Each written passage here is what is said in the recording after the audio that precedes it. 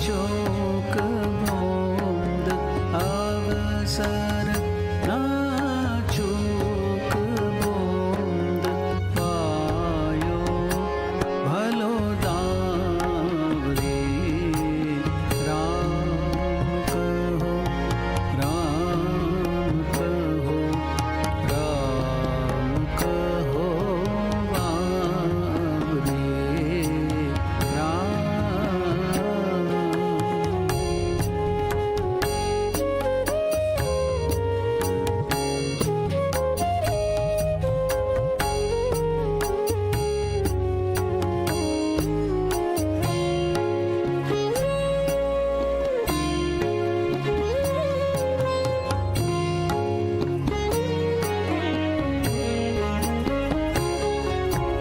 Gene तोको तन दीन gene तोको तन दीन ताको न भजन कीन जीन तोको तन दीन ताको न भजन कीनो जनम सिरानो जात जनम सिरानो जात लो है कैसो तावरे राम कहो राम कहो राम कहो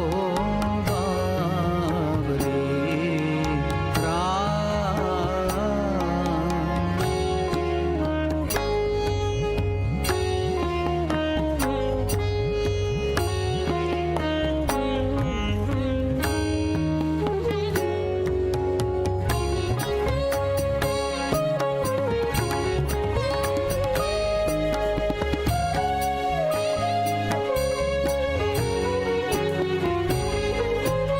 राम जी को गाय गाय राम जी को रिझाव रे राम जी को गाय गाय राम जी को रिझाव रे राम जी के चरण कमल राम जी के चरण कमल चित्त माहि लाव रे राम कहो राम कहो राम कहो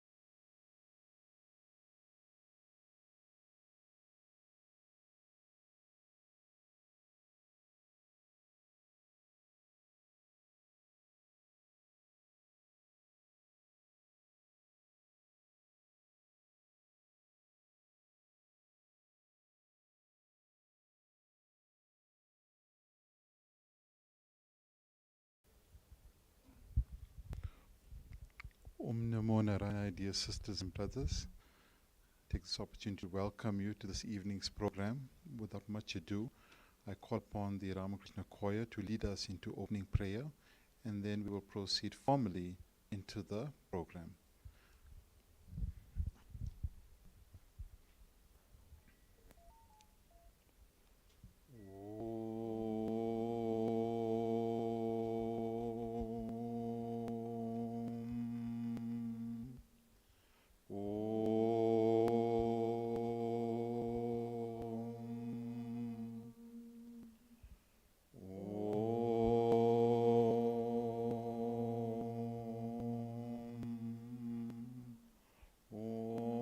Stapakaya cha dharmasya sarva dharma swarupine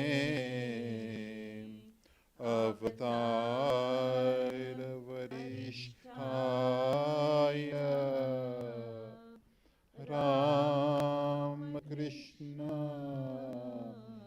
Yate Namaha Jananim Sharadam Devim Ram Krishnam Jagat Guru Pad Padme Tayo Shridva Pranamami Mohor Mohor Namaha Shri Yatirajaya Vivekananda Suraye Satchit Sukha Swarupaya Swamine Tapaharine Swamine Tapaharine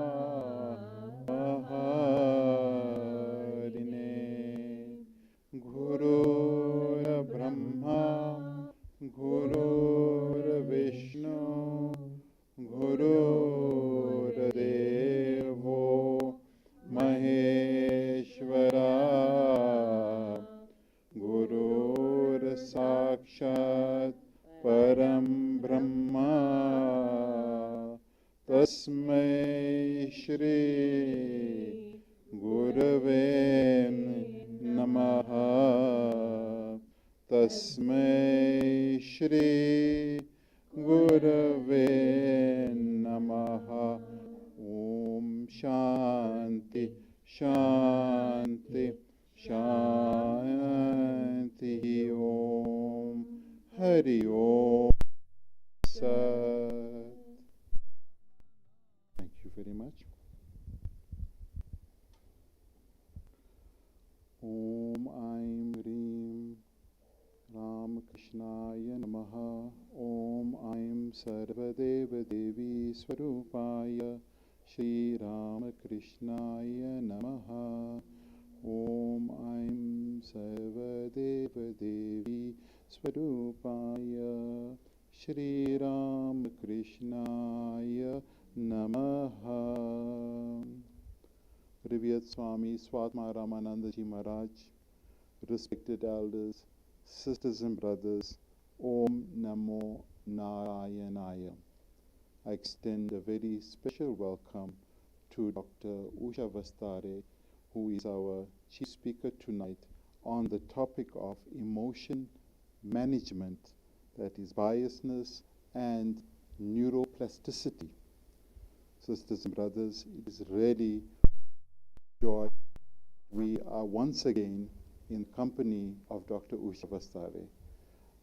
Her relationship with the center is a very close one that's highly benevolent, one that is a true all efforts all her contribution, all being surrendered at the lotus feet of Bhagwan Sri Ramakrishna. As many of you may be aware, Mother has traveled all over the world, and coming here to Johannesburg, she just has arrived from the United States, and coming from the United States, she's prioritized our work here, and I am so ecstatically glad to see all the well-wishers, all the devotees so willingly responding to the call to receive this wonderful message, this research work that is in a very niche space, which generally we cannot have easy access to. On a separate note, Mother is also here in Johannesburg to also support this magnanimous milestone of us establishing an ashram development here in Johannesburg. So far, Mother has received so many invites from the corporates from the banking fraternity, that is financial services, the auditing fraternity, to data management services. All of them are seeking this knowledge, this insight, her wisdom, her depth and breadth of research to help us cope with the subject matter called well-being, a neuroscience perspective to it.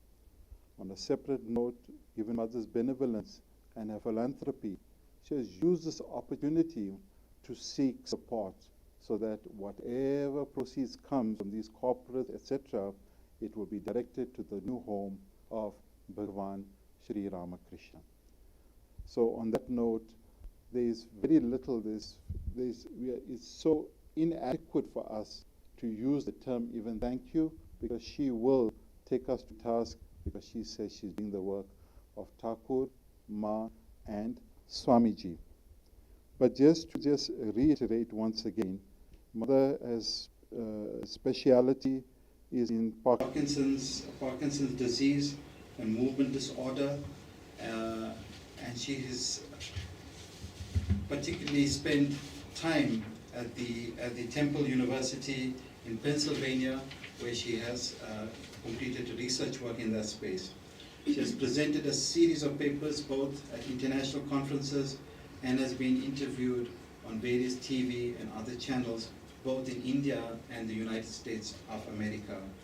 She has facilitated more than 1,000 support group meetings under the banner of YogaKshema and has conducted numerous workshops on mind training, mind living, healthy living, overcoming ANTs, which is anti-negative thoughts, forgiveness workshops, improving interpersonal relationships, depression, stress management, and various other topics. Sisters and brothers, I'm certain that you all will thoroughly enjoy today's subject matter that has been chosen for us particularly, and for all those that have been following the series of lectures. This forms one aspect of that series. So I encourage you, if you haven't yet attended the sessions prior to this, you can go to our YouTube channel and access it. Without much ado, I now hand you over to Dr. Usha Vasthare.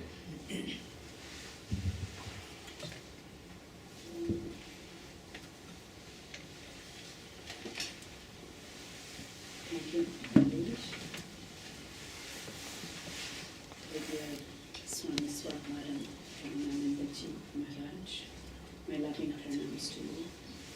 May the Holy Fruit of poetry.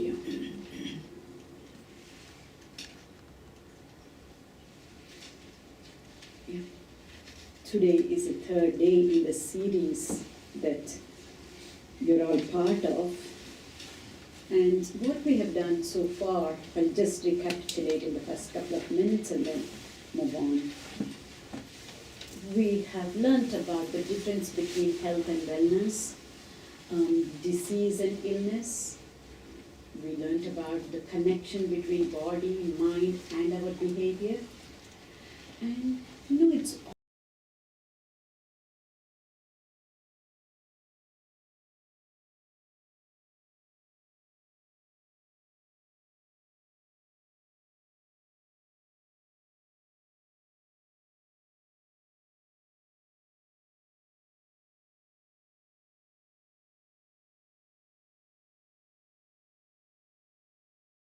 And we're going to see what is it that helps us to be on this road to wellness, and what is it that prevents us to this road to wellness. So there are two aspects of that. A technical term called neuroplasticity, we're going to look into that. And also each one of us has some innate biases that is within us, and we're going to understand what these innate biases are. Once we understand our own brain and our own mind, and to understand about how we can manage our emotions, this is how we can actually transform ourselves into a new being. So with this in mind, let us just go forward. And as usual, I'm just going to show you a picture and then see what is it that you're looking at. You see, it could be a mouse or a rat in one way, but in another, if you just look at the ears of that mouse or a rat to be the spectacles, it could be like an old bald man with a little hooked nose. You can see both, right? So this is about when you change the way you look at it, the things we look at will change. I'm reiterating and then talking or expressing this phrase again and again and again, because it is so important for us to get the grasp of this. Because we know we cannot change the situations. We have very little control about external circumstances, external situations. However, if we change the way we look at those external situations, then whatever we're looking at, that itself will change. This is the whole idea. That's why I start my talks every day, as you have seen in the last couple of days, by this statement. So we're going to learn again how to make that shift from looking at a situation or a person from one perspective to another. Still, I'm kind of showing you only two perspectives, right? But in the next session, where we're going to go deeper into the tools, we will see we can look at a situation or look at a person not just from two angles, right or wrong, but from many different angles. We will get to that in the next session. So it is about understanding our brain and mind. Why do we need to understand our own brain? How different parts of the brain function and the types of mind. I keep saying types of mind as though there are many different minds, but I keep repeating this for all practical purposes. If we can kind of classify the mind into different minds, then it is easier for us to understand and implement that, even though we know that there is only one mind. So by understanding this, we can move from a survival mode or a successful mode or a thriving mode to an evolving mode. Again, we're going to get into this today, and also in the last session, it will all come together. So the very first thing we need to understand about brain is it has unlimited potential. We all have innately such unlimited potential within us. We don't realize it as such. It's not just about using what percentage of the brain, because usually we go into, do we use 5%, 6%, 8%, a genius can use only 10%. It's not about using what percentage of brain, how we use it, and what is it that we use it for. That is what makes us go from a survival mode to an evolving mode. To understand the potential of the brain in one way, I'm just going to use a mathematical expression for us to believe and understand this. We know know we have many types of brain cells. We have heard about neurons, but other than neurons, there are many other cells. They're called supporting cells. They could be glial cells, astroglial cells, astrocytes and whatnot. We're not going to go into any of the details. You don't need to worry about any of that. But let's just take brain cells, general brain cells. You know, if I start counting the brain cells, and let us say it takes 1 second to count each brain cell, literally it will take over 3,100 years to count the brain cells we have. And I'm only talking about individual brain cells. I'm not even talking about the networks, how each neuron or each brain cell can connect up to many thousands of, tens of thousands of neurons. I'm not even going there. Even if we just take single brain cells, literally it will take over 3,100 years to count. It's mind-boggling. I know by the look on your faces, if I were not to be a neuroscientist, you would not believe this fact. What we need to know is, in science, there is a reason behind these number of brain cells. If we did not need them, if we did not need that many neurons or brain cells, they would have become vestigial. Just like third eyelid. Amphibians like frogs, they have 3 eyelids. We have only 2. We didn't have the need for the third eyelid, so it became vestigial. And you have also heard that the region of the intestine, one part of the intestine called appendix, is now almost like a vestigial part of the intestine, because we didn't have much use for it, is what they told us in high school biology, as you know. However, there is a reason why this many brain cells are present, and we need to figure out why. That's why I said we need to understand the brain so that we can move from just a survival mode to being in a successful mode, to be in a thriving mode, to be evolving, in an evolving mode altogether. So if this is a mathematical way of understanding the potential of the brain, I just want to mention a couple of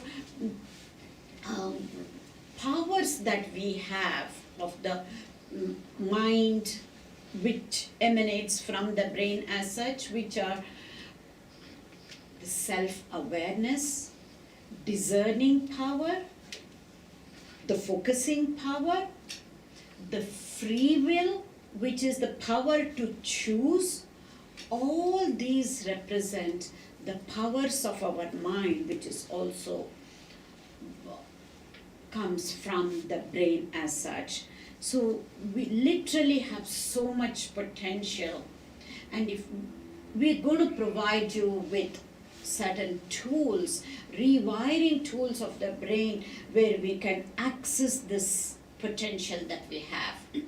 We can unlock the inner potential, the unlimited potential that is already within us. And we're going to give you the tools wherein you can use that key from inside to unlock the potential that you have.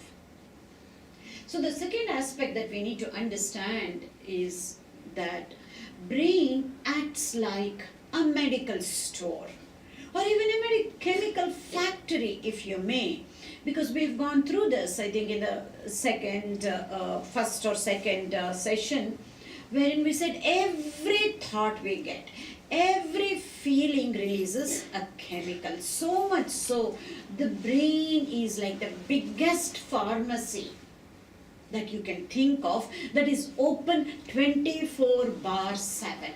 And in fact, this pharmacy of ours is open until our last breath.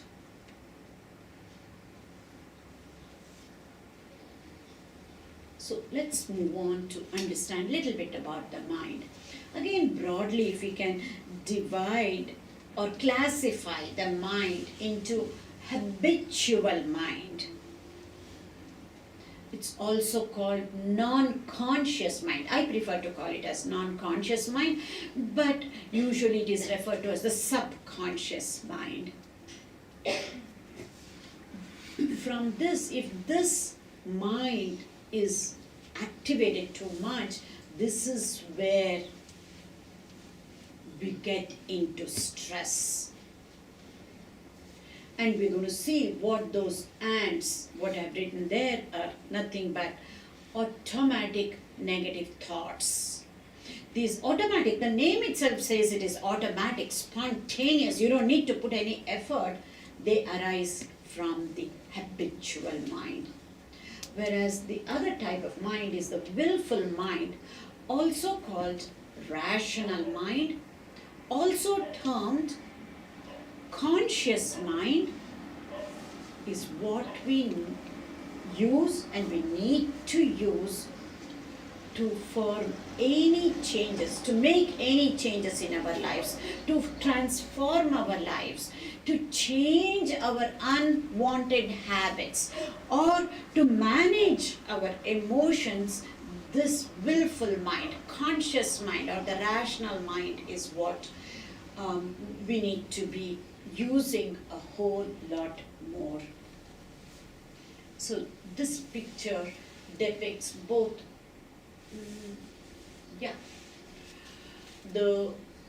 not both, I don't think I have put in mind, I will go through that. It shows you very simplistic classification of the brain. Usually we think about right brain and left brain approach, right? Left brain is analytical, right brain is more creative and things like that. That's a little bit older way of classifying. And for our own purposes, to implement all the neuroscience concepts that you have learned and to manage emotions, if we can classify the brain into just two parts, it makes it really easy for us to be able to implement. And that's what I'm going to show you, how it can be done. What you see there is the higher center that is just beneath the skull. Open up the skull, what you see, the brain is what I'm calling that as higher center. Plain English, no Greek and Latin here. But that's also called, for some people who already know, it's the cerebral cortex, different types of cortex, visual cortex, auditory cortex, frontal lobe, any one of these. But we just call it plain and simple, higher center of the brain. This higher center is so well developed and evolved in human beings. And this is what separates us human beings from the rest of the animal kingdom.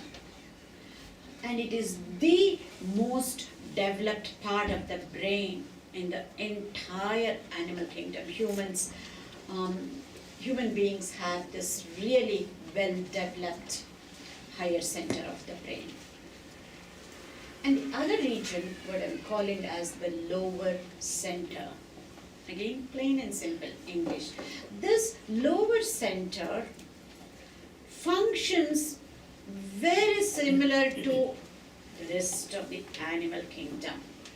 So much so, not just our close cousins as primates, but even like reptiles, because one part of the lower center is also called reptilian brain,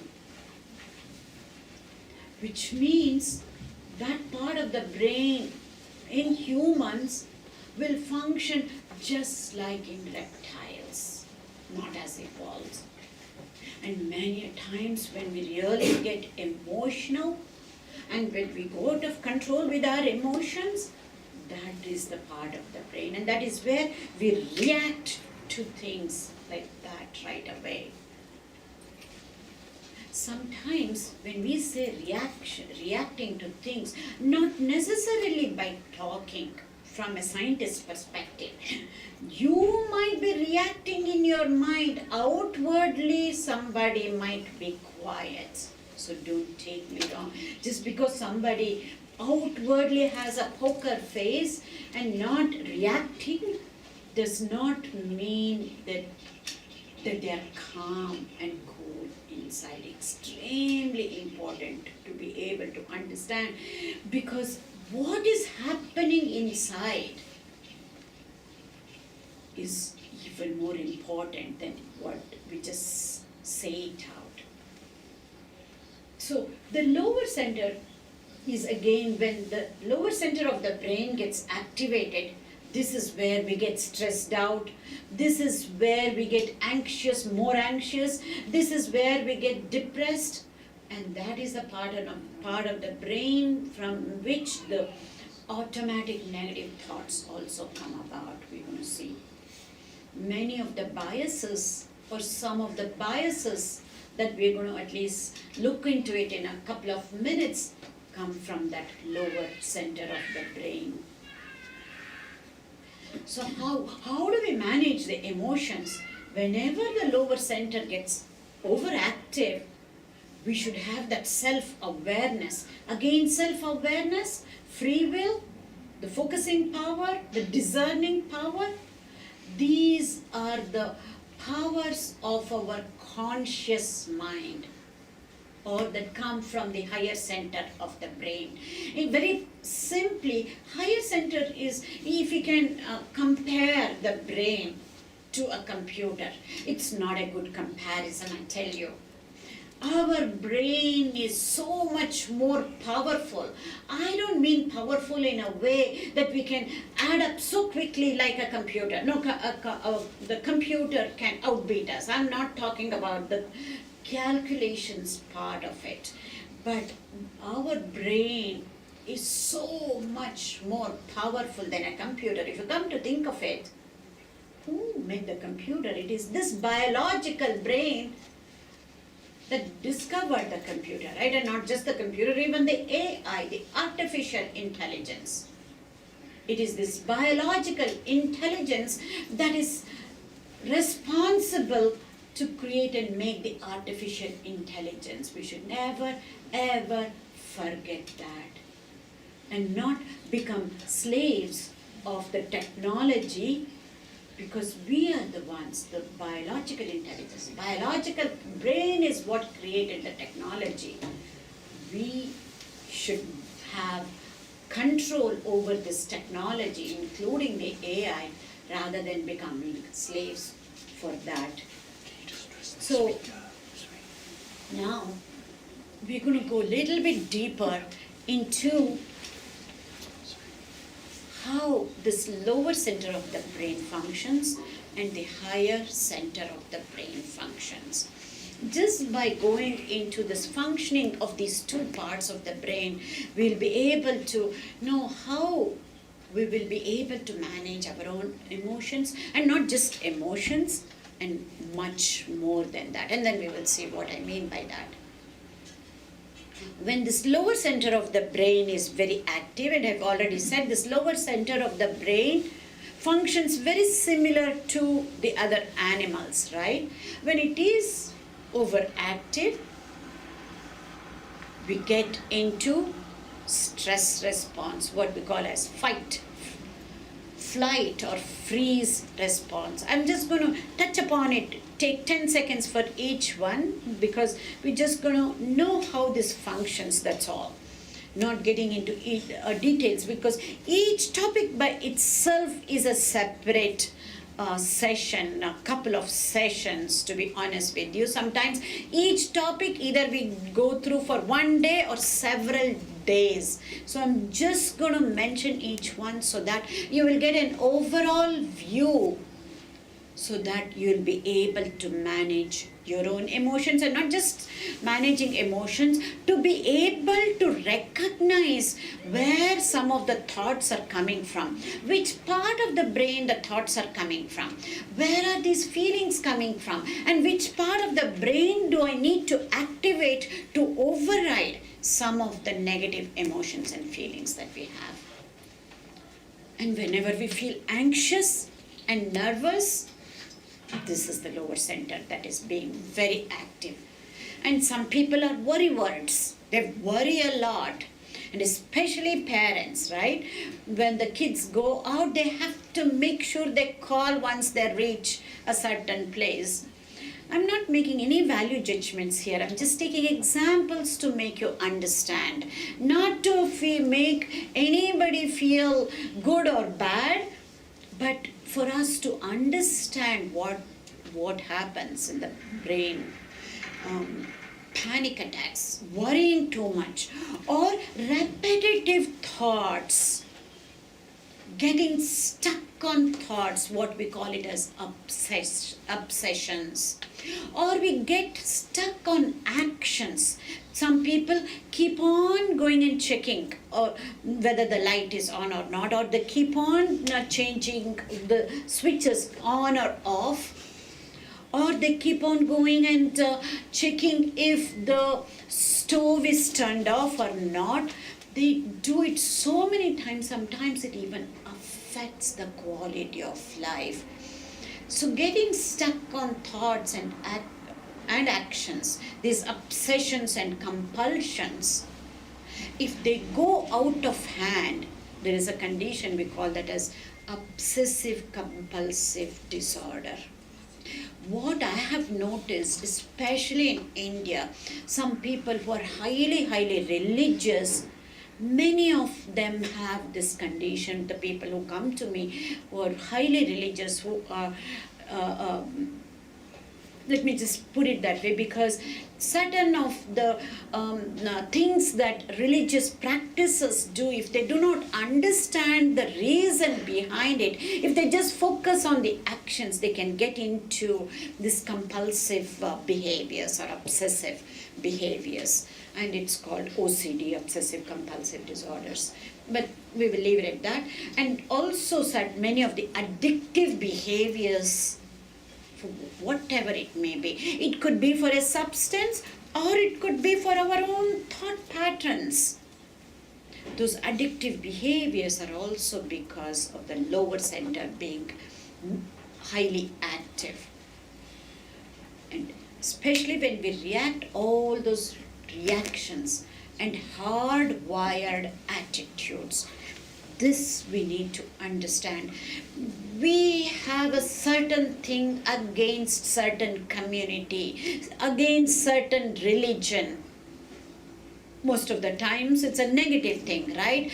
Those hardwired attitudes could be against many things people have, for men, sometimes even silly things for that matter. Those hardwired attitudes are because when the lower center is active. Many a times, if it is not pathological, understanding this, we will be able to change that ourselves by making the higher center more active. So last but not the least, it's the, as I've been saying, the automatic negative thoughts or the ants, so as to say, again arise from this habitual mind or from the non-conscious mind. We're going to go into that little bit more detail in a couple of minutes. And as I said earlier about the stress, whenever we say we are stressed out, it is the lower center of the brain that is active.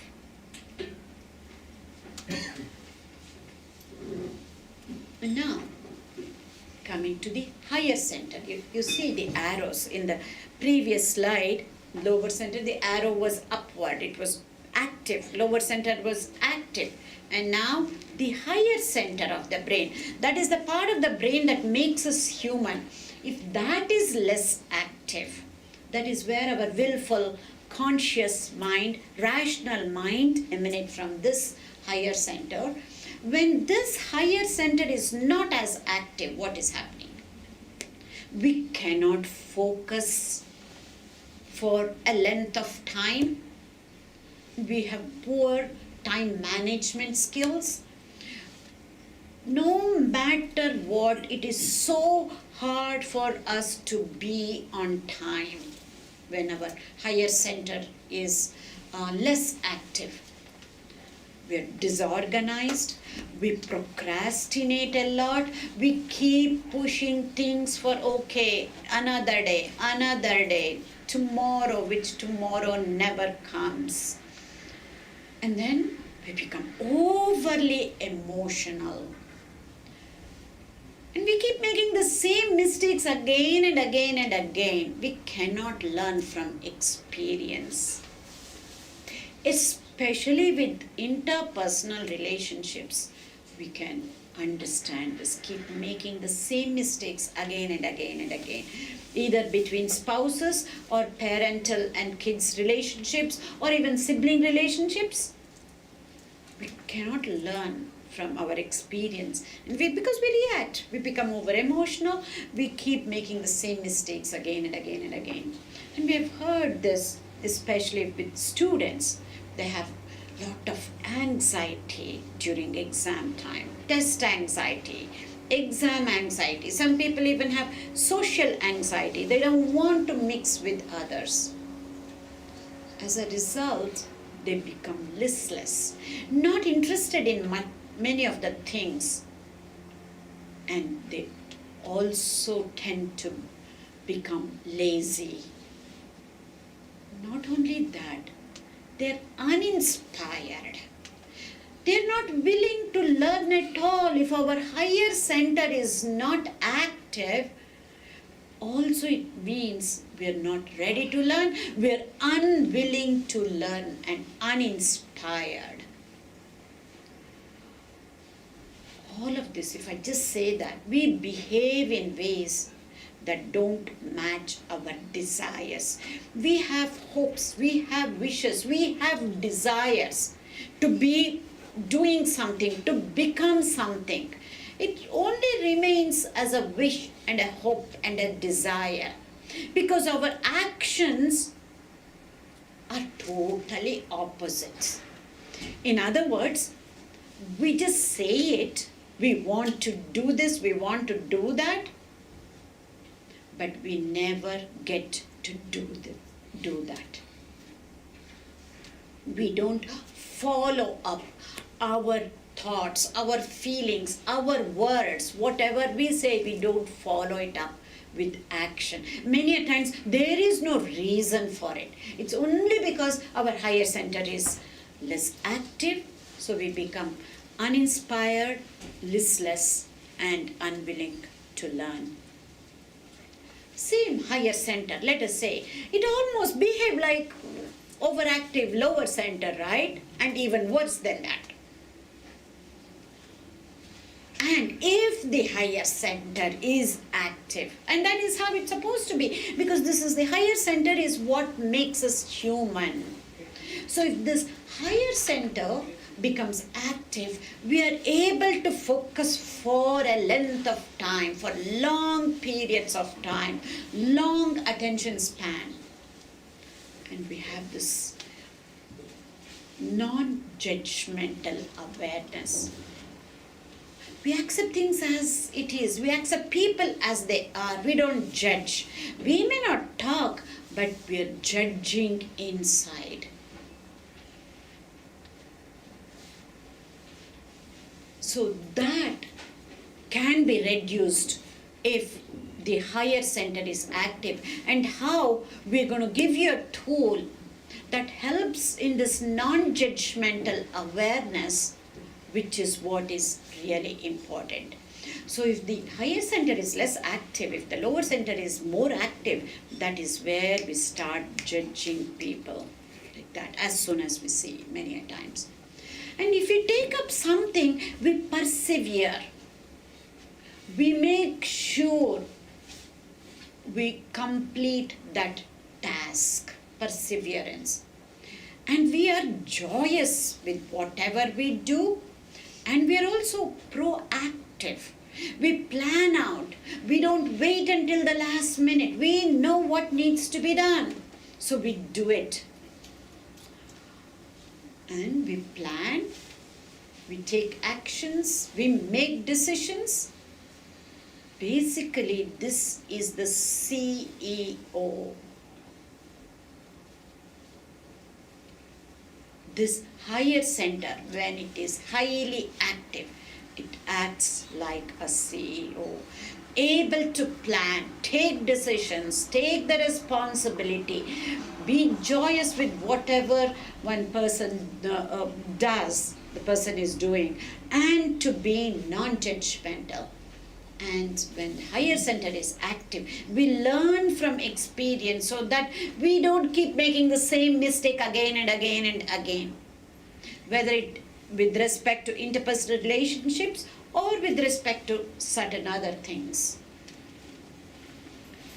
And critical thinking skills, which involves planning, taking decisions, actions, all of that would help in making critical thinking skills to be able to figure out what is right, what are the benefits and advantages of making a decision, compare it to what are the limitations, and weigh the pros and cons and be able to take decisions.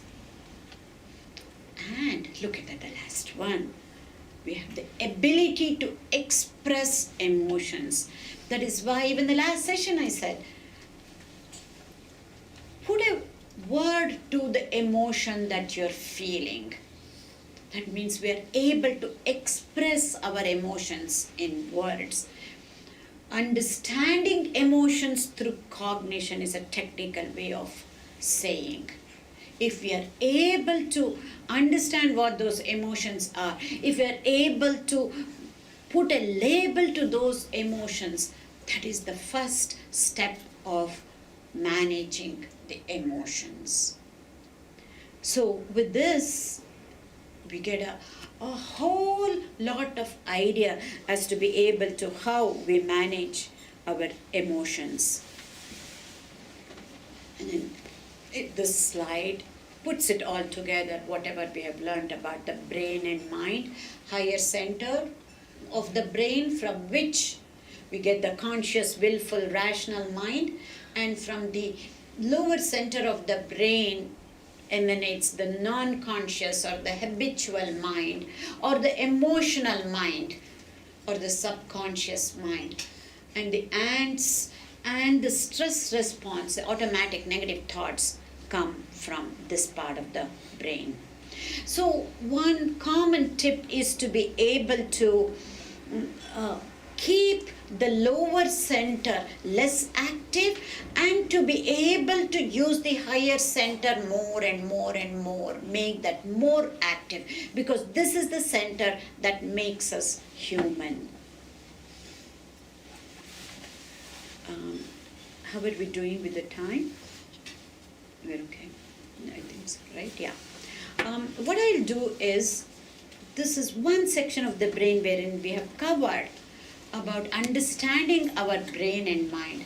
The next part is, I'm going to go into two concepts on neuroplasticity and understanding the negativity bias, very important stuff.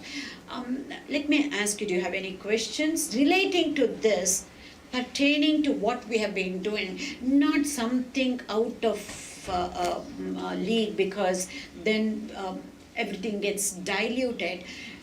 Whatever we have been discussing so far, if you have direct questions, we will give, we can give 5 minutes. If you can let me know 5 minutes, we can have an interaction or a Q&A session just based on these whatever I have talked so far, so that we can move on to learning newer concepts about neuroplasticity and negativity bias. And I'm sure after those two you will have plenty of questions. Yes? I don't know if it's linked to this later. How does chemical imbalances impact on whether the higher or the lower center of the brain is active? I'll cover that when I look into the negativity bias, so we'll get that. Anybody else? It was straightforward, right? It's just understanding our brain. I can understand the... good, we will move on. So now we're going to see how the way we are, how can we change ourselves into a better version of ourselves, from an old you to a new you. We know if we need to change, I think it's Bernard Shaw who says, progress is impossible without changing one's own mind, right? But I go a step further. Just changing the mind is not going to be enough. One needs to be able to change the structure and function of the brain. Until and unless the brain changes, by just changing the mind, it is not going to be enough. This is the newest research, neuroscience research perspective. We can understand changing the mind, we can change our mind like that, right? But what does that mean, changing the brain? Mind is something intangible. Brain, you can actually see. See the brain, hold the brain. Something that is intangible changes something that is tangible. How is it possible? It's really mind-boggling. It's almost like I'm going to look at this phone and then keep changing my mind and keep saying, let this turn into an iPhone, an Android phone turning into an iPhone. Is it possible? These are thoughts that is intangible, but this is something tangible. But yet, this is the beauty of it. Tangible by my thoughts. We can actually change something that is tangible, the brain itself. We're going to see how that is done. And I'm going to put this in the form of a little story so that you can enjoy how this came about. You see the present Dalai Lama and the other monk that you see, Buddhist, he's a Buddhist monk, a French molecular biologist turned into a Buddhist monk. Matthew Ricard is his name. Anyway, a few decades back, Dalai Lama posed a challenge to the Western neuroscientists, saying that, you know what, if you keep meditating, you will be able to change your brain itself. And the Western neuroscientist said, which means meditating means you're working at the level of the mind, right? Meditation is about working at the level of mind. That means if you change your mind, you can change your brain. That cannot happen. If something happens to the brain, the mind can change. We have seen that. Some traumatic experience in childhood or whatever, certain pathological conditions, certain mental health conditions, if there are changes in the brain itself, the mind can go astray. That neuroscientists knew, the medical professionals knew. They said, that doesn't seem so. They didn't buy into that concept right away. So Dalai Lama posed another challenge, saying that this is what it says in our Buddhist scriptures. And mind you, Buddhist scriptures are offshoot of Hindu scriptures, except for one tiny little difference. That up to a certain point, it's all an offshoot of whatever is in our Hindu scriptures, which means what I'm saying right now also is there even in our Hindu scriptures, is what I'm saying, even going even more depth for that matter. So Dalai Lama posed another challenge, saying this, you're scientists, you go ahead and test my hypothesis. If I am wrong, I'm going to change the Buddhist scriptures. If I am right, you go change the scientific texts, he said. And at that time, the technology was very new, not the MRI and the CT scan that you are aware of, but what we call as fMRI, functional MRI, SPECT scans. PET scans were available, wherein you can actually look at the functioning of the brain, which part of the brain is active, which part of the brain is inactive over a period of time. A longitudinal study was done using these specialized research tools. And not only that, Dalai Lama sent many of the Buddhist monks, like the ones that you see in the slide, many more, who had many more hours of meditative experience, starting with as little as 5,000 hours of meditative experience to 25,000 to 30,000 hours of meditative experience. And when the brains of the Buddhist monks were scanned, and they were also compared with control group of people, which means non-meditators' brains were also scanned, and they were compared. I'm not going to go into the details of which region of the brain was more active and all of that, but I can, but you won't get much out of that. But based on many of the studies that were done, I'm just going to present it to you in the most simplest form so that we can understand, and it will help us in our implementation, not just in our intellectual understanding. Which is, what did they see? There were clear-cut differences between the meditative brains and the non-meditative brains, which meant meditation really changes the structure and function of the brain itself. Why do we need to change the structure of the brain? That is the way we change our lives. That is the way we become a newer person. That is the way we transform our lives. Only if the structure of the brain and function of the brain changes can we have long-lasting changes in our lives.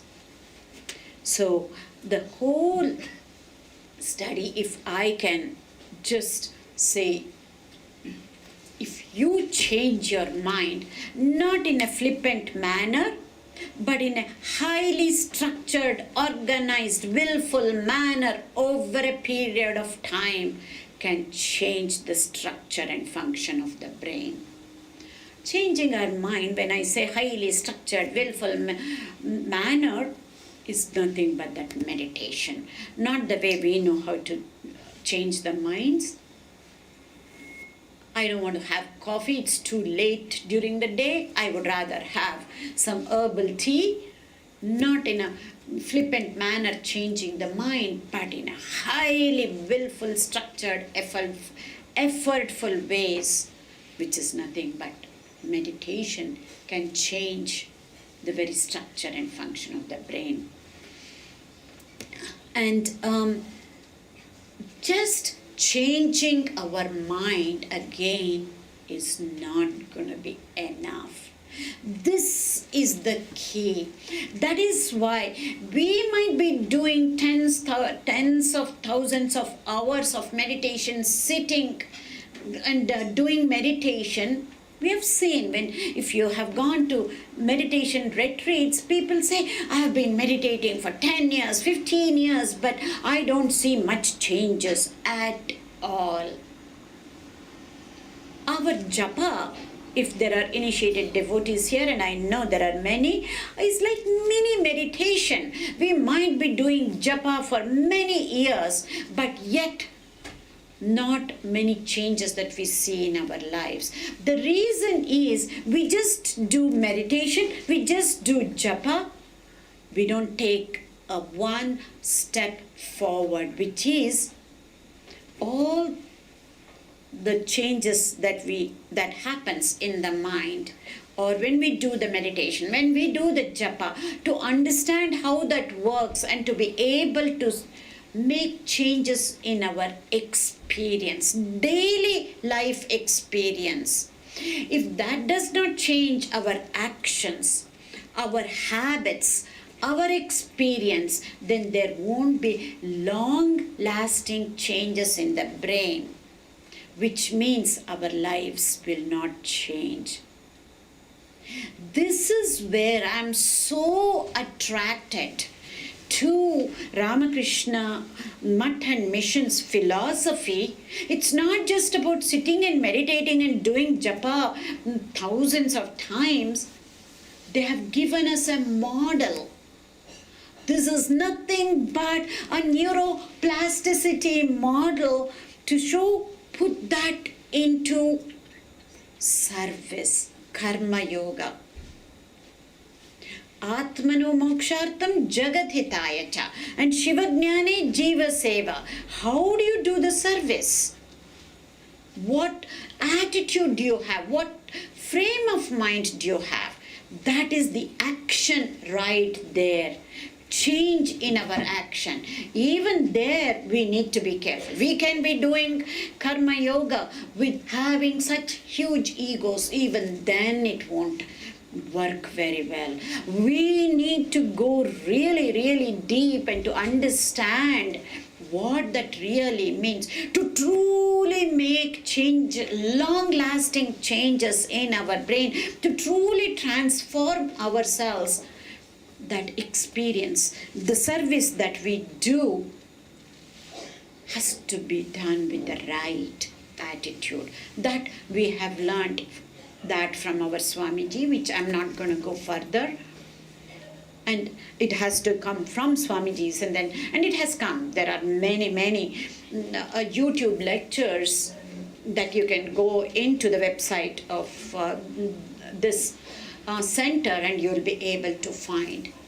So that is the secret, Not just meditating, not just doing japa, but that has to result in change in our experience. That has to result in change in our action, everyday action. Not just going out and do seva at home. It has to result in change in action. That is where our habit changes. And this whole process is called neuroplasticity.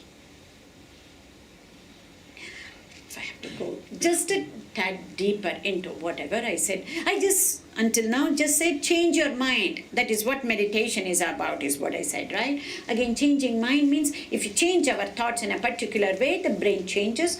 If you change our perception, how we look at things.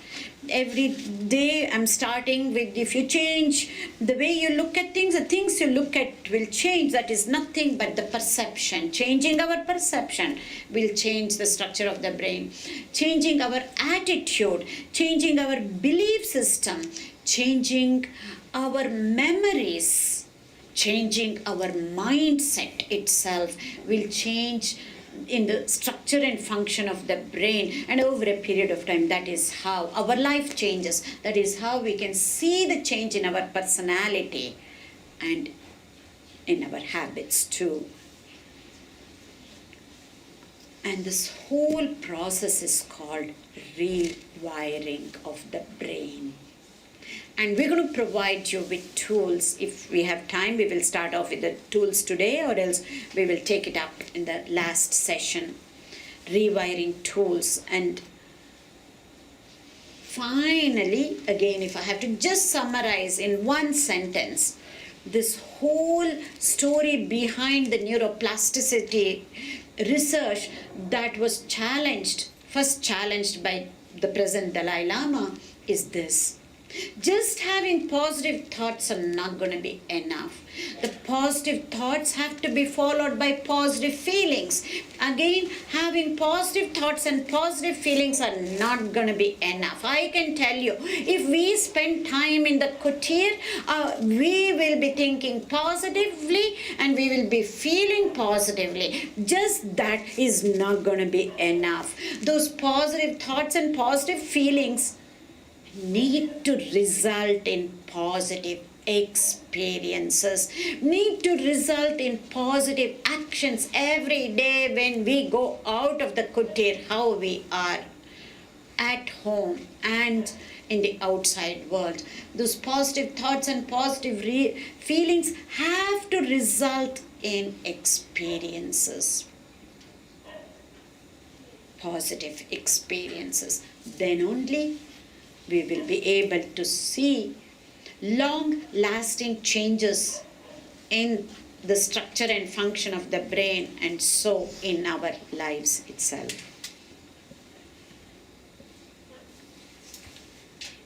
Okay.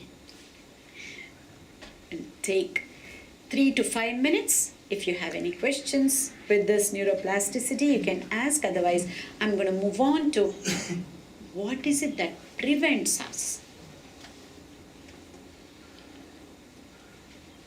to manage our emotions, to make changes, to get rid of the unwanted habits, and to form new habits.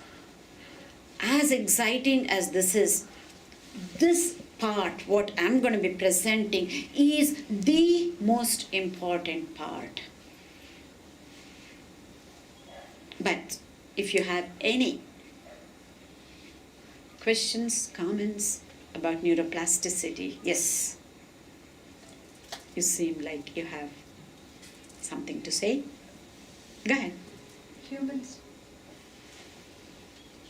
often don't have control of the creating positive experience. An orphan child, for instance, a person living in a situation at work or whatever that's not conducive. So, how do you change the external? There's a world to change, but if you have no control of the external, how do you create positive? The whole thing here is about not to worry about the external things, to be able to change ourselves. As I started, the key is within us.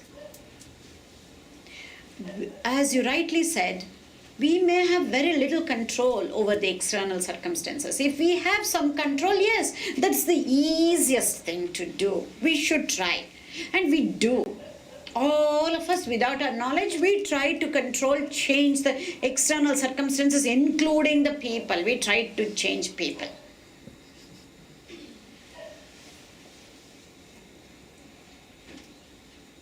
Right? Or don't, you can only influence them, not. So you're saying even in a like the lotus, even if you're in a muddy water, Absolutely. you should try and change.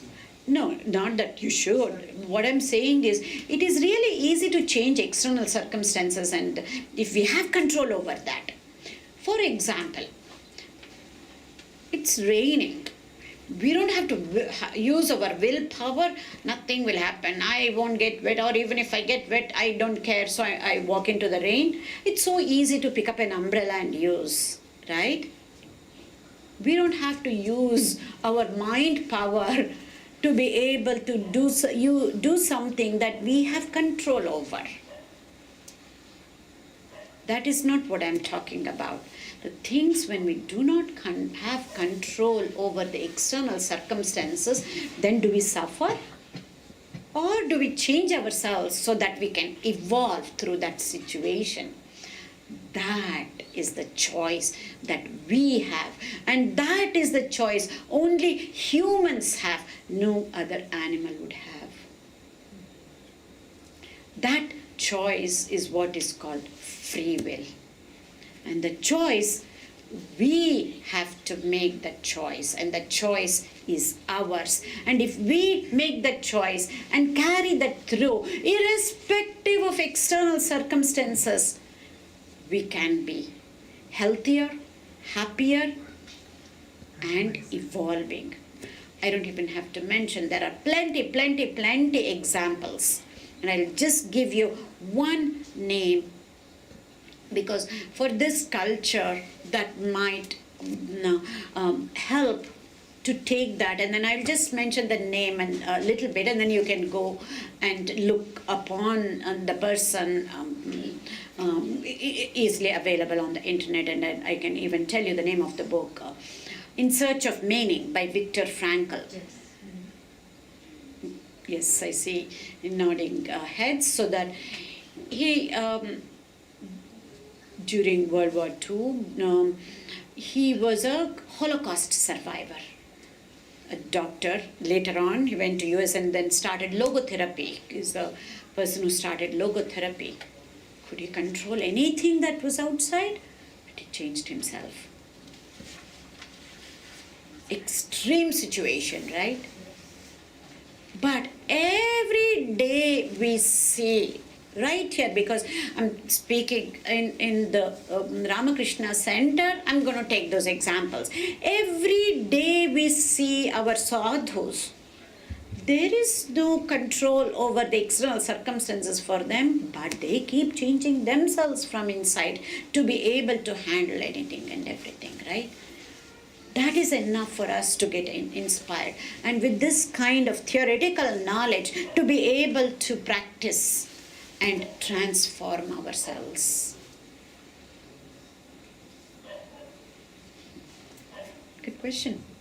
I know. If we can, first let us use certain things that we have control over, and change the external circumstances or how we respond to it. Doctor, you spoke about positive experiences. Could you give us some examples of those? You mean positive thoughts and positive feelings? Okay. And then the experiences. Yeah. For example, I'll take an example that happens here so that even our volunteers and devotees will be able to relate. Every month they go out to do service to distribute hampers. And every week with the women empowerment group and the children's group, they have Sunday classes. And the parents come and volunteer their time. First, positive thought. Yes, I want to volunteer for that distribution of hampers, right? They say that. And they feel good. When they are here in the kutir, they feel good. They commit themselves. But they have to follow that up to have positive experiences. For whatever reason, sometimes for genuine reason, they cannot. Yes. Sometimes no reason. Only because of our higher center being less active, we are lazy, we are listless, and we have said it. We felt good that day, that was enough. Today I have to get up so early, Sunday morning.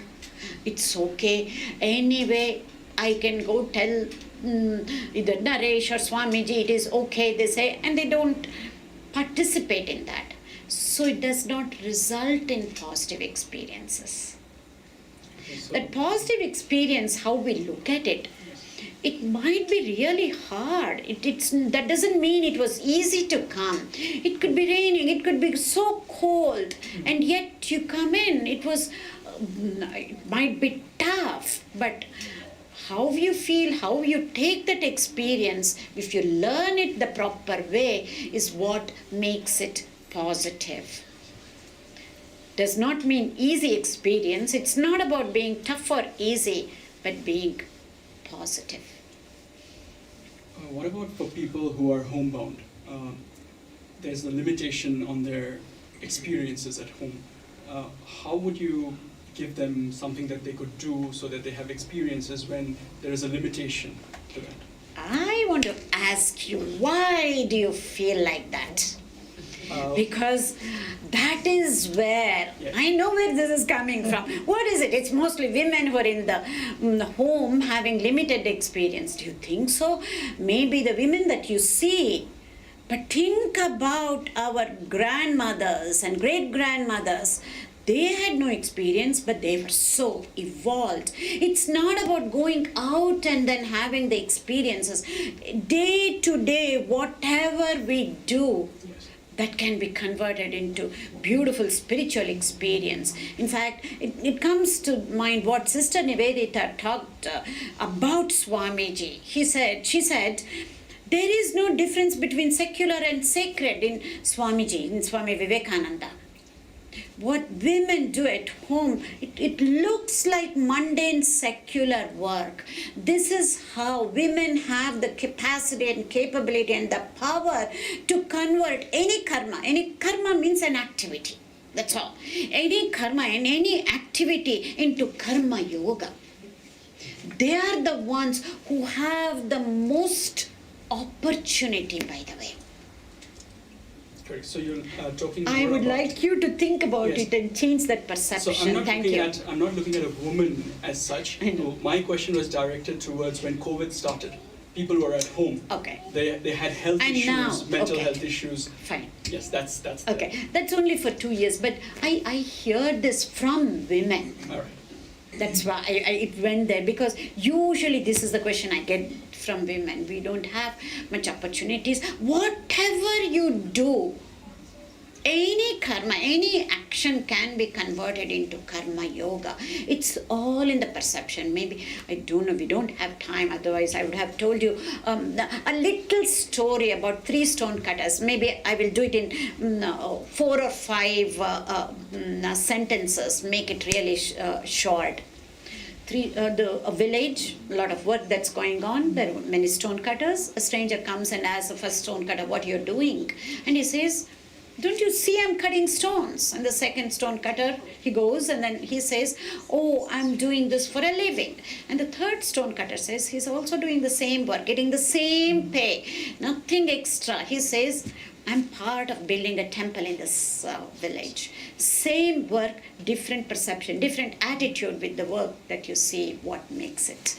So honestly, there are no limitations from outside. Yes.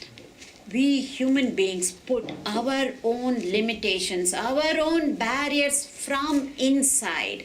That is where, but the solution is also within us. We need to use the key that is within us to unlock that potential that is already within us. That's all.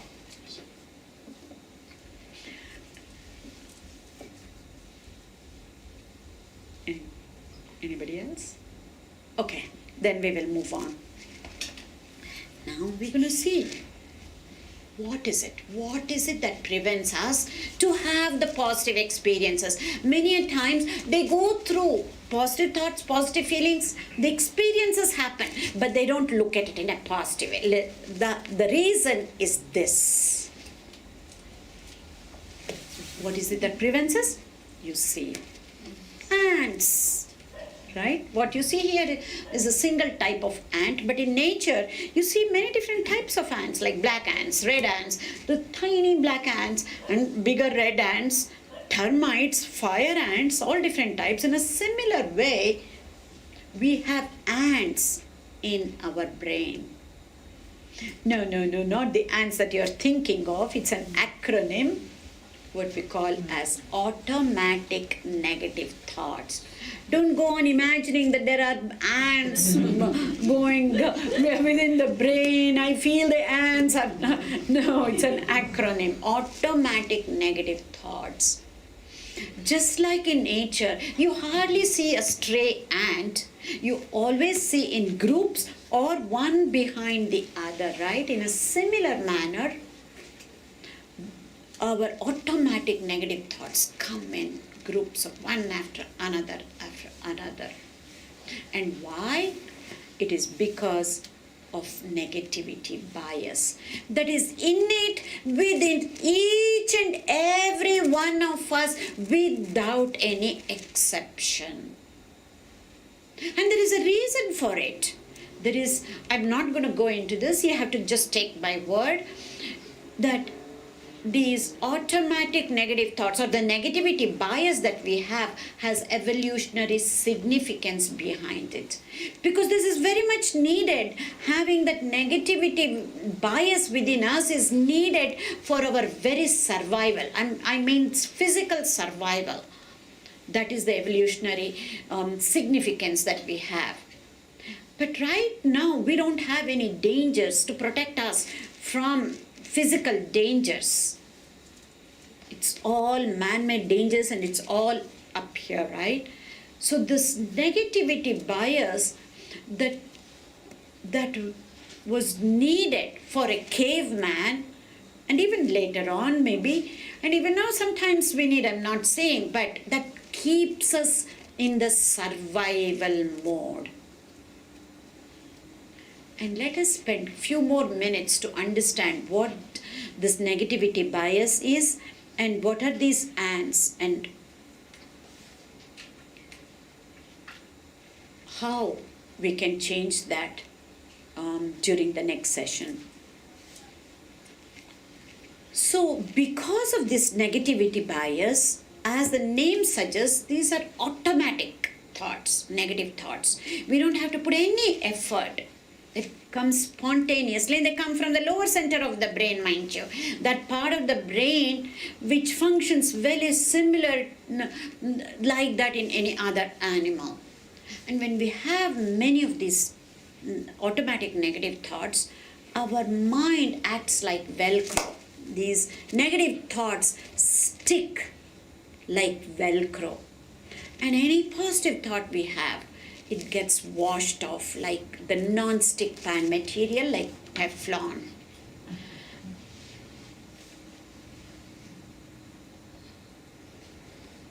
Really important for us to remember this. It's hard to shake it off once a negative thought comes about. We go behind that one after another with that. And what happens when these automatic negative thoughts, they go unchecked and unnoticed because we're not aware of them. And we take it for granted. Of course, what is happening outside, how can I not feel negative about what is happening in the system? And so we think, we take it for granted, this is the normal and everybody else is stuck in the same way. So what? But once the self-awareness gets heightened, okay, these are negative thoughts, maybe I should watch out. Why? Go back the first day wherein I talked about thoughts release chemicals, and even today we talked about thoughts releasing chemicals.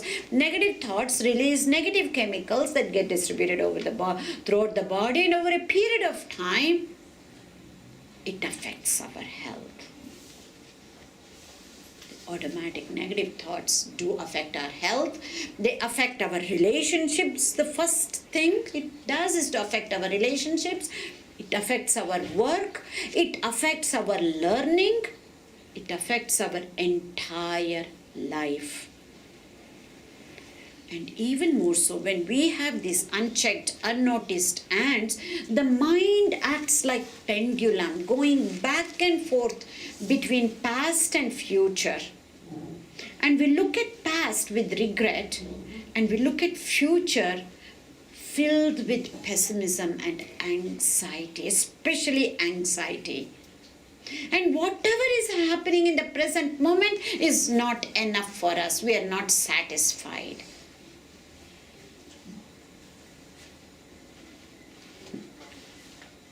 This is so deep, but I want to take a couple more minutes and go over this another concept, which is, look at this, past and future are only our mental constructs.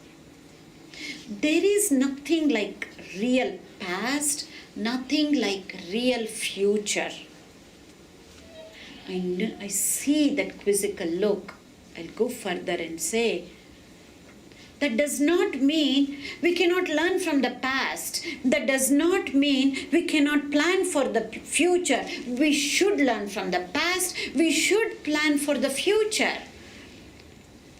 But yesterday, when it was happening, when I say doing part, it's at the action level, doing.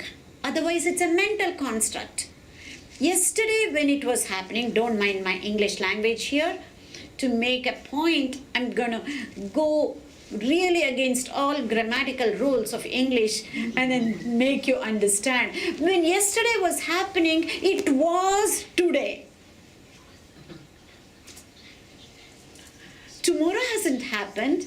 When tomorrow is going to happen, it will be today. Right? Because that is when we're going to be doing, when whatever we can do, we can only do on that day.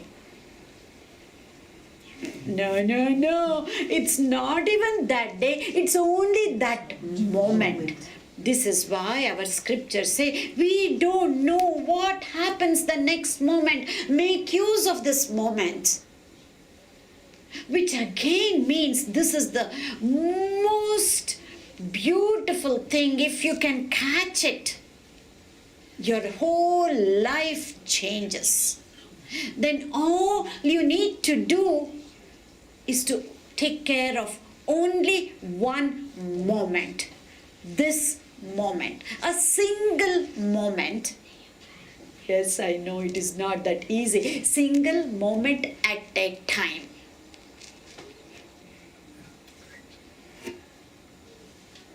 It is really, really, really profound. But if you really get it, your life really changes. Yeah, it will change that moment, but to have long-lasting changes, we need to be practicing every moment. So all we need to do, focus is one moment at a time. Yes, just like kids who is learning to walk, we will make mistakes. That one particular moment we'll lose our cool. That one particular moment we get angry. That one particular moment we might feel jealous. It is okay. Just like that kid, when it falls down, it does not matter. It will get up and start walking again. We have seen the babies do that. Only if it hurts, it cries a little bit, but yet it goes back again, falls down, gets up until it starts walking. Literally, I use that as an example to have like a childlike mind, and a technical term for that is beginner's mind. Yes, we might falter, we might fall down, we might make mistakes in that moment, but only humans have the capacity and cerebral capability to get up the next moment and evolve. No matter how low we go, this is the way the mind works. We have the cerebral capacity to get up the next moment and evolve like that.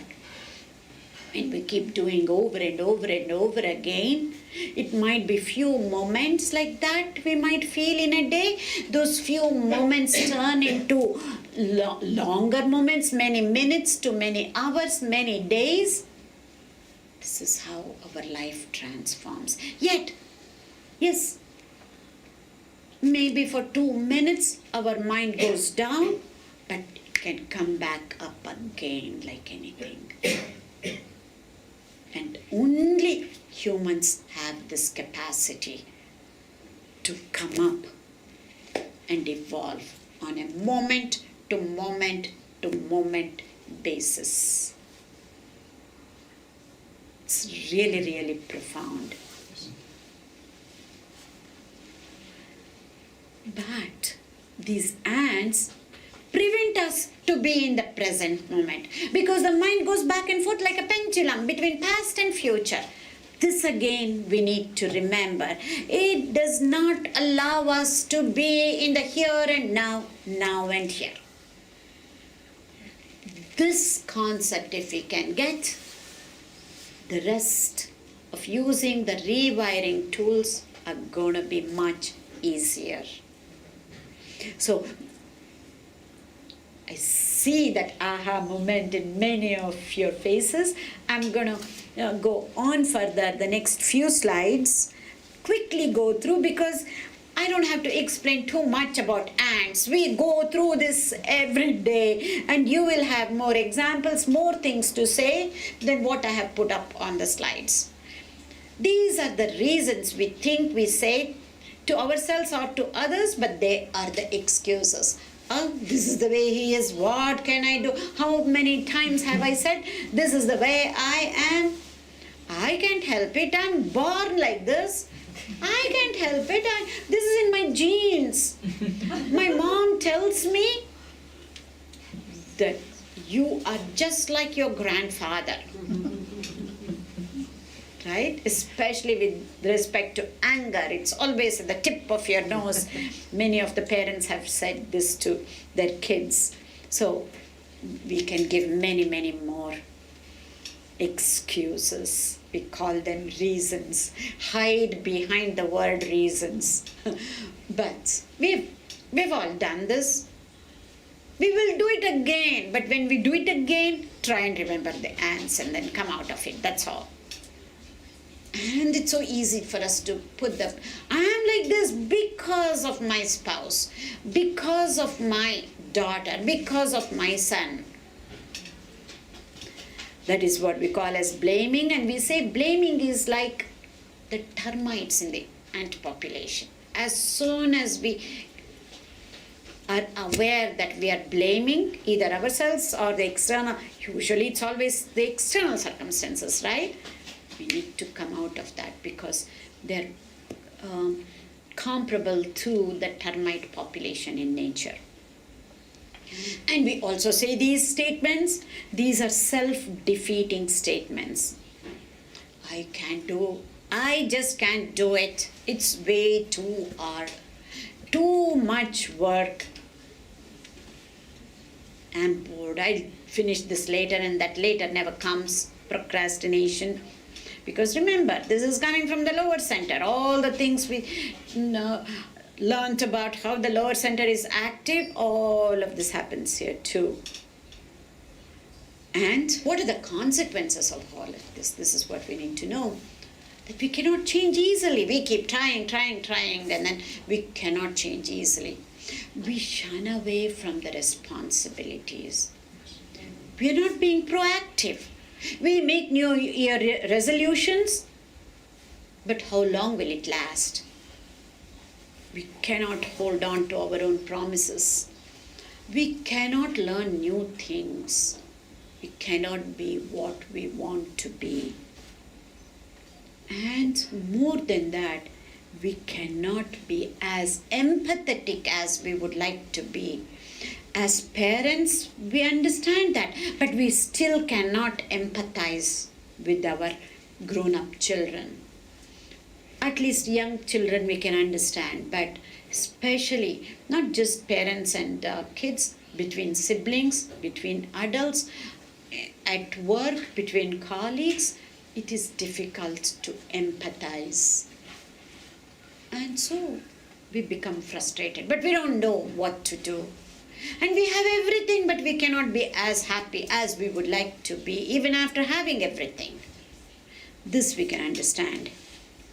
So, just look at ants, automatic negative thoughts as just bad habits. Don't go and say, oh, they are bad habits. Don't go into that. They're just bad habits. And we will be able to change. More importantly, our saving grace is that most of these automatic negative thoughts are false. Which means just because these negative thoughts come from your brain and mind, don't believe your mind. Put those thoughts into a true and false test. So, if we can recognize that, this is how it will help us to become a newer person. Because we're both thinking beings and feeling beings. Whether we need to think first, feel later, feel first or think later, if we have that discerning power. And then to be able to recognize our own ants and be able to change. How do we change that? We're going to get into that. Is how we change ourselves into a newer person. So, ultimately, one thing that you need to take care of is that ants prevent us to be in the present moment. Now, I'm going to ask the organizers, do we have time? Another maximum 15 minutes so that I can start off with the one of the tools, or we can take up the tools next time, whichever way, depending on your time. this is a good time to stop or to continue. Finish it up. Another 10, huh? You can finish it up. Okay. So at least you'll go back with having a tool. You will break the train of thought otherwise. Yes. No, I will close in a different way, but with the tool, it will something positive to take back. Otherwise, with this negativity bias, we don't want to carry this through. The only thing you remember is don't go on thinking, oh, this is an ant. Yes, it is. Be kind to yourself, because everybody, without any exception, without any socio-economic, cultural, educational background, everybody will have that without any exception. Be kind to yourself, but make sure this is what is preventing you to be in the present moment. And how to be in the present moment is what we're going to learn now in the next 10 minutes. Some quick tool for you to take back home, and then we're going to show you how to change these thoughts in the next session, which is even going to be more exciting. So we're going to go into rewiring tools of the brain.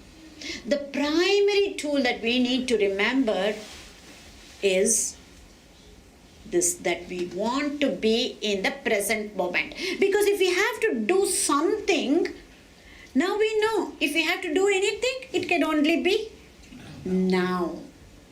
Right? Not tomorrow, not yesterday, but now.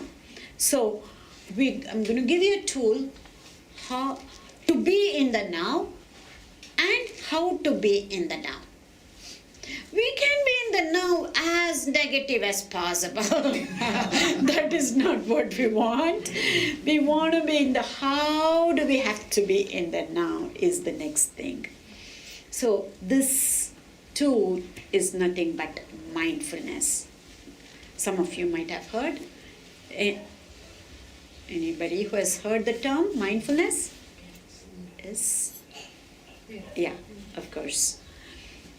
But I'm going to give you certain tips so that we have heard about it, so that it becomes easier to put it into practice. And we've only heard it in one way. If you have gone into the internet and then seen what mindfulness is about, we can only get one way. This is the way. What it is seen in the internet, this is the definition that you get. And this definition is given by a neuroscientist, John Kabat-Zinn from US. Such a long definition. How can we remember this definition, right? But I'm going to make it so simple into just 3 points so that you'll be able to know what real mindfulness is. All you need to do, remember, is 3 things. That we need to be in the present moment. That is easy, right? I've been saying this. Now. We have to be in the now. Now and here and now. And we have to be paying attention. We can be here now, the body will be here, but the mind will be elsewhere. No. We need to be focusing, concentrating, paying full attention. Extremely important. That's the second point. How do we pay attention? Not the way we have learned while we study the exams, for the exams. Oh, I'm glad. This is my board exams. Mathematics, I'm not going to be able. I don't have to study mathematics from next year.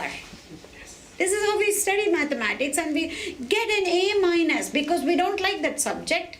This is what we say to ourselves. But we are focusing, we are concentrating. That is not being mindful. Being mindful is about being non-judgmental in that present moment. Whatever you're doing, be non-judgmental. It is hard to understand. That's why I'm going to give you 2 more ways of understanding mindfulness, then it will make sense. We'll wait for that. So to practice this, all you need to do is to sit or stand or walk, whatever it is. Focus on your breath. Do nothing. This is not pranayama. You don't need to go deeper or shallow, none of it. Whichever way the breath is, sometimes it is very shallow. If you're kind of stressed out, if you're calm, it could be deep, whatever it is. Just watch inhalation and exhalation. What is preferable is to sit at the same place at the same time, every day, each day, every day. And just watch your breath. Just witness your breath. Simple, that is mindful breathing. We will talk about how it changes again in the next session, but I'm just going to give this to you as a tool. So we're just witnessing our breath. This is mindfulness. When we do this, other times, then we can be both body and mind together in the same place, paying attention and being non-judgmental.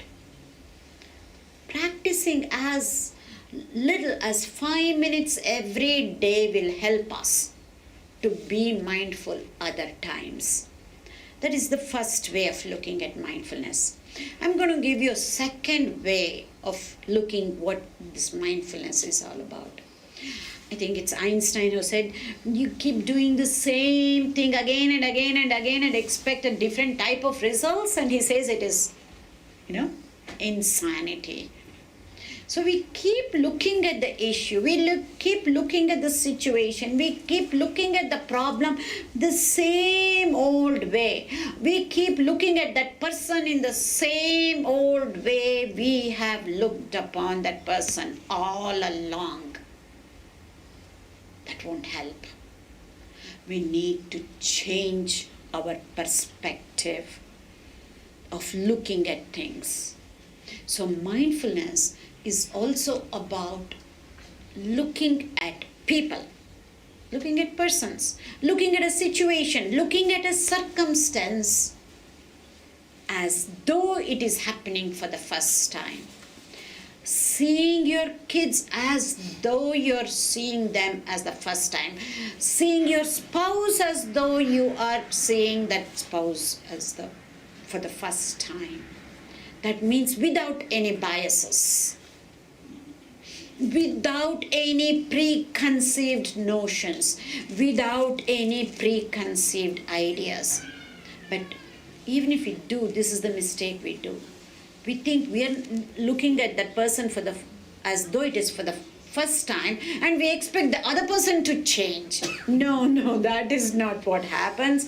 It is you who has to change when you start practicing this, not the other person. You can't go and say, I'm looking at you in a different way. You're still the same way you are. It doesn't work that way.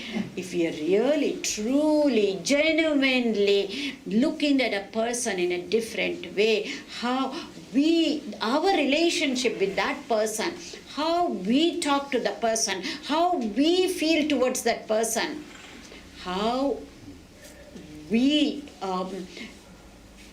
experience the circumstance and situation with that person will be different. It has to change you, not the other person. And if we practice this again and again, this is where we will not make that mistake again and again and again. As it says, the first time when we make something, it's a mistake because we don't know. We don't go and wantingly make a mistake. I'm not talking about such people. All of us, we make mistakes because we don't know it was a mistake. Soon after we made a mistake, we will know. Or somebody else will tell us. And if we have not thought about it, we commit the same mistake again and again and again, doing things in a mindless manner. The second time when we make a mistake, it's no longer a mistake. It's a choice that we make. And if it happens again and again, it has become a habit. And we have seen how to change. Even if it's a habit, it can be changed. That is the saving grace, and we have seen that in the, I think, very first session or the second session, the science of habit formation and science of how to change the habits. You know this, right? Look at this. It's very profound. Yes, we understand. We always point out to the other person. Being mindful is about being empathetic. The other person is seeing that 6 as 9. It's easy to understand here. You're seeing something, the other person is seeing in a totally different way. And you also know that could be a better way, but you're trying and you're not able to change. Or whatever it may be, to be empathetic is to be in somebody else's shoes and to understand what they're going through. Because we don't know. We have not seen what their life is all about. Right? So, we did into the second way. There was another way. Okay, never mind. There is one more way. I'm sorry, I've missed a slide, but I'm just going to explain that. Third way of looking at mindfulness is to be able to accept the reality as it is. See, we all have these ideas. I want to be doing this, but I have to do this. I want to be going for walks in the morning, but I have to cook and get kids ready to go to school or college. Or I want to be going for a gym, but I have a meeting at 8 o'clock in the morning. I cannot do both. So I want to do this, but I have to do that. There is a clear separation between wanting to do and having to do something. That separation has to go away. That there should not be any difference between wanting to do and having to do something. And if something has to be done, just do it. I call this as Nike mindset. You know that commercial, just do it. If something has to be done, just do it. Again, wanting, having, not wanting, all of that is again being judgmental. When we start doing this, we will be able to somehow learn to accept the reality as it is, not the way we want the reality to be. There's a very fine line between the two, but it makes a huge difference. We need to learn to accept the reality as it is, not the way we want it to be. Especially the ones that we cannot change, which is always, it is about the other people, interpersonal relationships. If we can learn that, this is the whole crux of managing our emotions. And all of this, I put this in a final form. Last couple of slides left, and then we'll be done. So 3 types of looking at mindfulness. Understanding the mind-body behavior connection. Sitting in one room, mind is elsewhere in another planet. And then so we need to be in the present moment with one-pointedness attention and being non-judgmental. And I have to see things and people as though we are seeing it for the very first time. This is the toughest thing I will tell you. But it is possible to do it. But literally it takes years and years of practice to get to that, using that second type of mindfulness. It is really hard, which means we have to be aware all the time. And the third one is accepting the reality as it is, the Nike mindset. Just do it. So we have learned 3 different ways of looking at mindfulness, which truly helps us to put this into practice. Major thing, it helps us to be in the present moment, in a non-judgmental manner, in a mindful manner, and to be able to accept the reality as it is, not the way we want it to be, and whatever has to be done, to just do it. Why I stress on the present moment? Because whether we know it or not, life is available only in this moment. Not only life is available only in this moment, life happens only in this moment, here and now, now and here. And if I have to conclude, it is this mindfulness is the primary rewiring tool, and we need to make this as a way of life, not just use it as a tool. That is why I have given all the 3 angles. If it is just to be used as a tool, the very first definition would have been enough. The others that I have shown you will help you to make this as a way of life. And that begins from a single thought, a single conscious thought. But it has to end with action. And it happens now. Thank you.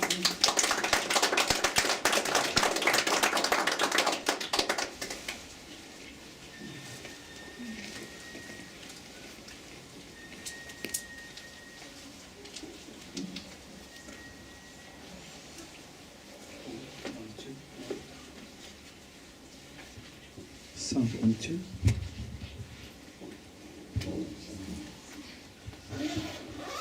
Respected Dr. Usha Vasthare, on behalf of the officials and the devotees and our online viewers, I wish to express our heartfelt gratitude to you for sharing us such in-depth insights and such thought-provoking dimensions to this topic today around emotions management, biases, and neuroplasticity. In fact, the wonderful words of Swami Vivekananda comes to mind, and it goes as follows: when we lose our feelings, we waste so much energy, we shatter our nerves, disturb our minds, and accomplish very little work. Swami Vivekananda goes on further, and he says that the mind is intensely eager. Everything can be accomplished. Mountains can be crumbled into atoms. So with those words, we thank you once again for also sharing, already giving us a taste of some of the rewiring tools. Thank you, Dr. Usha. Sisters and brothers, I also take this humble opportunity on this evening as we move into the auspicious period of Krishna Celebrations. Many may be aware or not, but I wish to place on record that our revered Swami Swatma Ramanandaji Maharaj, through the authorities of our worldwide Ramakrishna Math and Ramakrishna Mission, has posted Revered Maharaj as the president of the Ramakrishna Center of South Africa, Durban.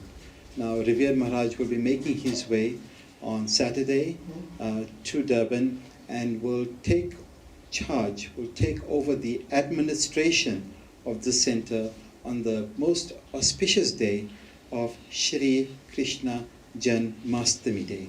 So on this note, we the devotees here in Johannesburg, remnants, and we also offer at the feet of Bhagwan Shri Ramakrishna our heartfelt gratitude and appreciation for Most Revered Maharaj in the manner in which he has nurtured us, propelled us with love, care, and affection. if anything that stands out for me, some of the highlights, pivots about the harmony that Revered Maharaj has been propagating, not only in Johannesburg, but outside of South Africa. He's been doing extensive work since he had come here in Lesotho, Bloemfontein, and then of course the surrounding environments of Johannesburg. Revered Maharaj has also worked tirelessly in action to improve the spiritual lives of our devotees. And these devotees extend beyond barriers of race and religion, etc. In fact, my memory goes so clearly, it's less about what we see and what we know and the things that we don't know about. It is less about what is said, but what is unsaid. And that is the loving heart that Revered Maharaj has. Everything he does is by the will of his divine secretary, Sri Sharada Devi. So one beautiful memory that comes to me is when we were busy with our environmental specialists, and we were deep into the discussions, we were making good traction and progress. But on the next occasion to the visit, I was very much surprised of Revered Maharaj's such attention to detail, where he noticed the administrator who was serving us had a torn shirt. And so he took with him on that occasion a throw over so that she could, and it's during the time of winter, that she could also feel that sense of pride and dignity. So like I said, so many like that, and you may have your own incidents, because devotees throng to Revered Maharaj, they fall at his feet, and he just pours infinite and boundless love.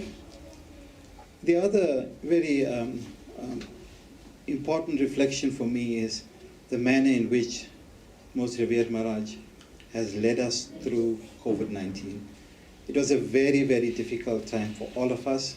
Today we all are seated here at the Ramakrishna Kutir, where you all are sitting so safely and soundly amongst each of us in this company. And at that point, many of us were not willing to leave our homes.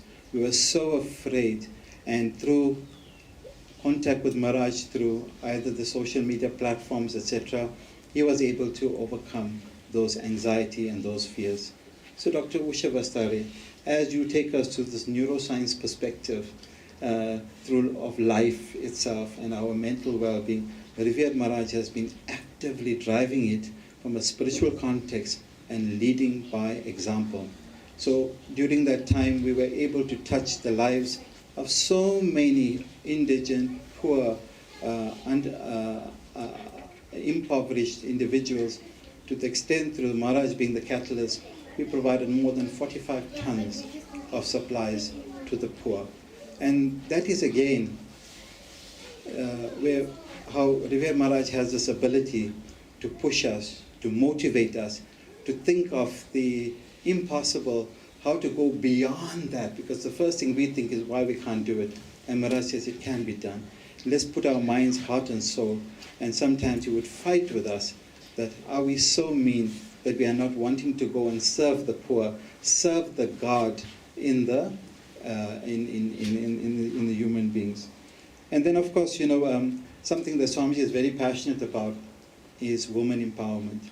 And so through Maharaj's guidance and leadership, our Women Empowerment Committee was established, and through them and through the guidance of Swamiji, we came up with such a wonderful and beautiful title of the quarterly workshops, which is called Sri Sharada Devi Power Hour. And Swamiji, inspiration behind it was that Sri Sharada Devi, the Divine Mother, is no other than the power itself. So that continues to shine, continues to touch the hearts, and through Swamiji's guidance, and again pushing the boundaries, we thought it was only for women, and then he said the men needed it more than the women. Mm-hmm. So then, as Tuesday we celebrated Women's Day, you would have noticed that all of us were able to take that benefit. And then, not to go any further, but the next most and pivotal milestone was Swamiji's commitment, tireless commitment, to establishing the home of Bhagavan Sri Ramakrishna. Swamiji always told us that that home of Sri Ramakrishna, we should not be afraid of the challenges that may come forth, because there'll be so many more opportunities. And he constantly reminded us all we needed was just good instruments of the Lord. We just needed to be the good instruments. And through being good instruments, the Lord will work through us. We had a bonfire on the land, and Swamiji reminded us again that, the bonfire was so significant because as the devotees walked onto that land, Sri Ramakrishna could hear his children yearning for him to come down. And so this ashrama must come quick and fast. So all that motivation is given us. And lastly, again, as all devotees here, he reminded us again that we should not put pressure on our minds.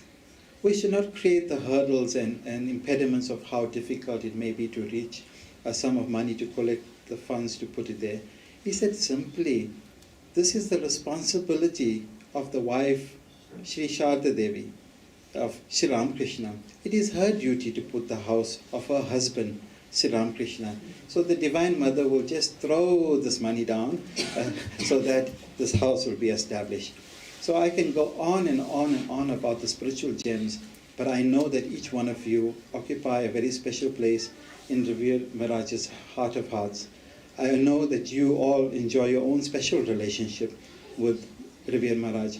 And on this particular occasion, we are absolutely overjoyed to know that our Revered Maharaj will be leading us in a more greater drive to make even a bigger change to this beloved country, South Africa, and beyond. So I just wanted to take this opportunity to share this wonderful news to each one of you, and also pray that as Revered Maharaj takes up this new responsibility, that there will be so much more prosperity, and that he will also make sure that he occupies a very special place for some VIP parking or something for the devotees of Johannesburg when they reach Durban. So thank you so much, my dear sisters and brothers. Once again, with our Shastanga pranams to Revered Maharaj at the feet of Bhagwan Sri Ramakrishna, we wish Revered Maharaj all the best on this new phase of his spiritual journey in the play of Sri Sharda Devi, Sri Ramakrishna, and Swami Vivekananda. Om Namo Narayanaya. We will now conclude with a prayer.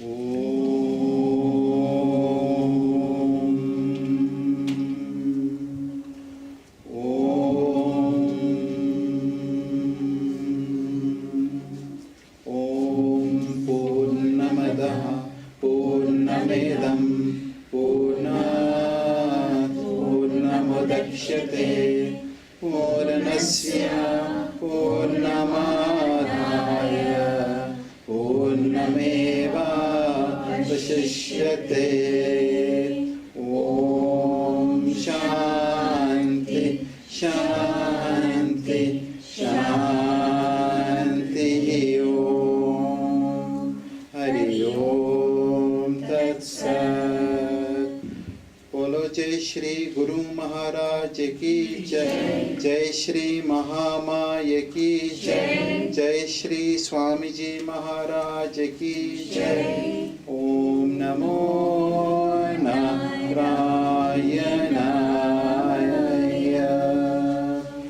Thank you, Stella. Thank you, Dhanama. And I'll just conclude with very brief announcements. Sisters and brothers, we will be observing and celebrating Krishna Ashtami celebrations, which we will commence on the 14th of August. Our program will take place at the Marlborough Santon Hall. And on this occasion, our guest speaker will be Dr. Usha Vasthare, the topic being neuroscience aspect of spirituality. We will then celebrate Shri Krishna Janmashtami at the Marlborough Hall, and this will be on the 18th of August. The topic that Dr. Usha Vasthare will deliver on this occasion will be a neuroscience perspective to increase devotion. We will also have online messages from His Holiness Most Revered Srimad Swami Gautamananda Ji Maharaj, and we will also have messages from Revered Swami Sharda Prabhananda Ji Maharaj. Sisters and brothers, on the 21st of August, we will then conclude the series of lectures for the well-being program with rewiring tools for the brain. This will take place in Rosebank at the Mazars Auditorium.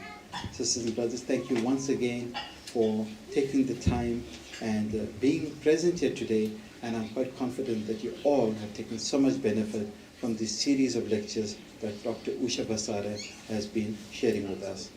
Sisters and brothers, also some light snacks has been prepared, and I just want to also note that Revered Maharaj has also prepared 2 dishes for you, so please, in his typical style, please enjoy, and please don't forget to compliment Maharaj, because he's been preparing meals for us, and we know how delicious his meals, but as of today, with the second dish that's been prepared, Revered Maharaj has now shifted to the status of Master Chef. So watch out for that secret ingredient. Om Namo Narayana. Jai Shri Ram.